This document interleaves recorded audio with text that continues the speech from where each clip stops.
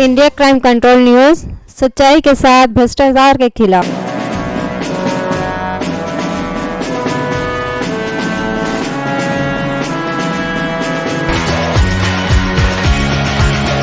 Sindhu border पे पहुँचे हैं संत, जो एक बार दिखाना चाहता हूँ। आपका नाम? स्वामी हर्षानंद। मैं बच्चों में बंदियों में काम करता हूँ और आपके माध्यम से मैं देश दुनिया को बताना चाहता हूँ कि भारत की आत्मा गांव में रहती है और ये जो किसानों का आंदोलन है इसे प्रकृति संचालित कर रही है। उसके पीछे बड़ी वजह है। देश 47 में आज़ाद हुआ, 73 सालों में आज तक किसान की किसी ने भी परवाह नहीं की, भेड़ों की तरह इस्तेमाल किया उन्होंने।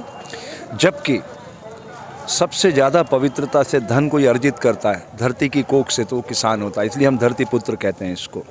दुनिया की सारी वस्तुओं की कीमत बेचने वाले तय करते हैं, किसान की फसल की कीमत खरीदने वाला तय करता है। बिना ये जाने कि उसकी उत्पादन लागत भी निकली या नहीं, वो अपना घर कैसे चलाएगा।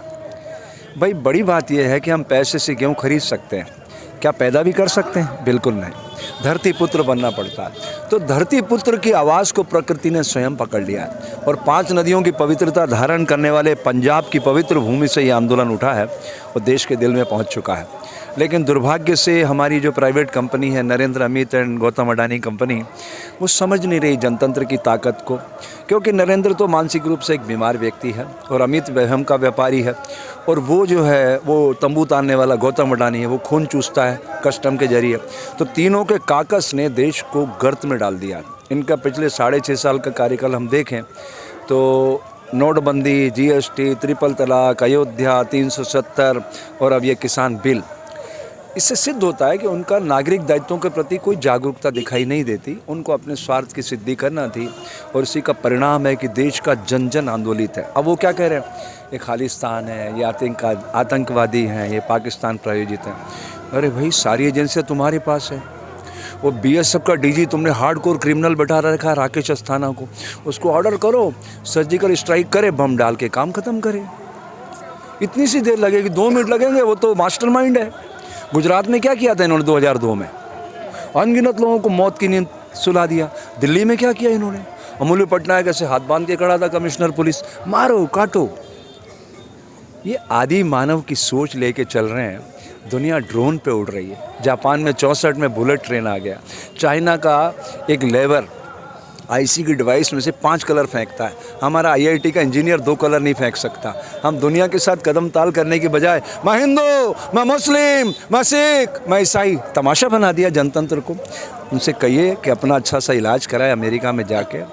उसके कोई मिलने वाले देख रहे हो तो नरेंद्र को अमेरिका भेज दो भाई, मानसिक इलाज करवाए अपना। ये किसान का दर्द है, करुणा है उसकी। 73 सालों में वो अपने आज़ादी का हक मांग रहा है आपसे। आज भी हाथ ऐसे लेके खड़ा है, जबकि वो तो दाता है, अन्नदाता। वो आपसे कह रहा है कि मुझे मिनिमम सपोर्ट प्राइस दो, और आप नए नए कानून ला रहे हो गौतम अडानी को वो करने के। ये गौतम अडानी नहीं, ये नरेंद्र मोदी बिजनेस पार्टनर है। मैं प्रमाण देता हूँ आपको। हजारों एकड़ ज़मीन गौतम ने बिना किसानों की रजिस्ट्री करे अपने खाते चढ़ा ली। मैं पूछना चाहता हूँ नरेंद्र, कानून की कौन सी धारा में ये इजाज़त है कि किसान की भूमि बिना रजिस्ट्री के किसी के खाते चढ़ जाए? और 370 की बातें करते हो ना नरेंद्र बाबू तुम।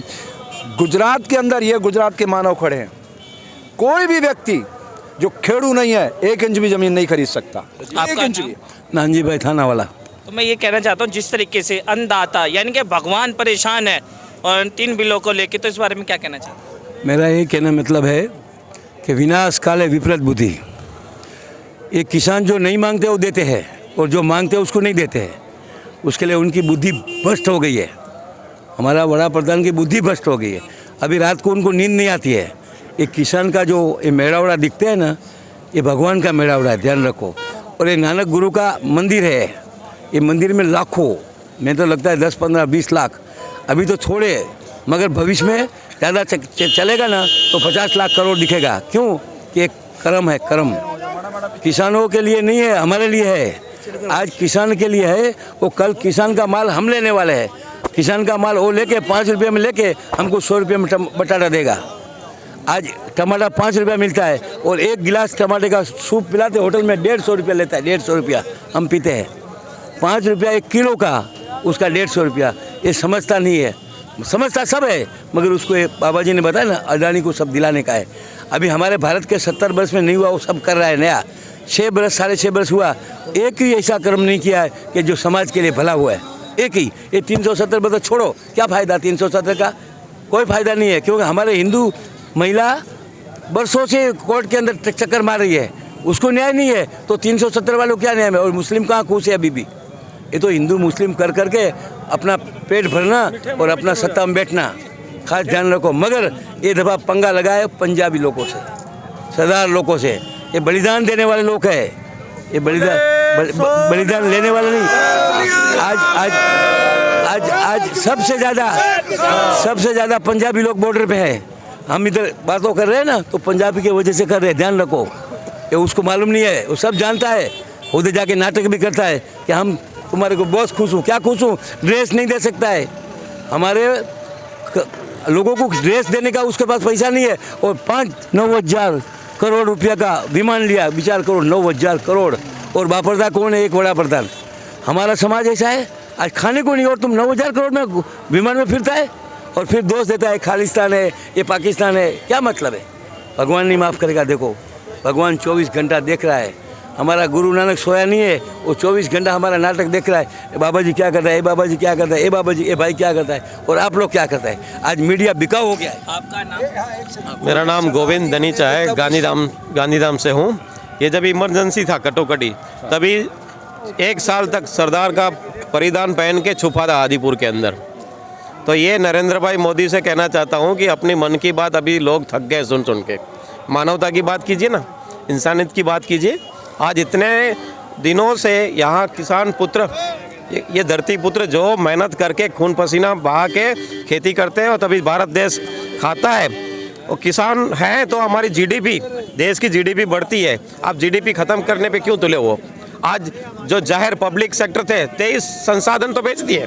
अभी ये केंद्र की सरकार ज़मीनों के पीछे पड़ी है, जो फ़ायदे बता रही है। अगर भाई साहब फ़ायदे इतने हैं तो आपके सब मिनिस्टर और आप बीजेपी वालों को खेती में लगा दो ना।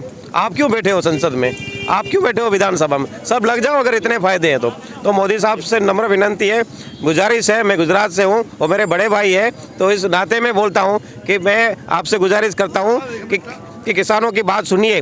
यहाँ छोटे से बच्चे से लेकर बुजुर्ग भी आज इस हड़ताल में शामिल हुए हैं, तो कुछ तो होगा ना, कुछ तो सही बात होगी ना। तो हम गुजारिश करते हैं कि ये काले 3 कानून जो बिना किसी को पूछे, बिना किसी पक्ष को विश्वास में लिए बिना आपने अपनी तानाशाही के रूप से मंजूर किए, लगाए हैं, उसको हटाइए और इन किसानों की बात सुनिए।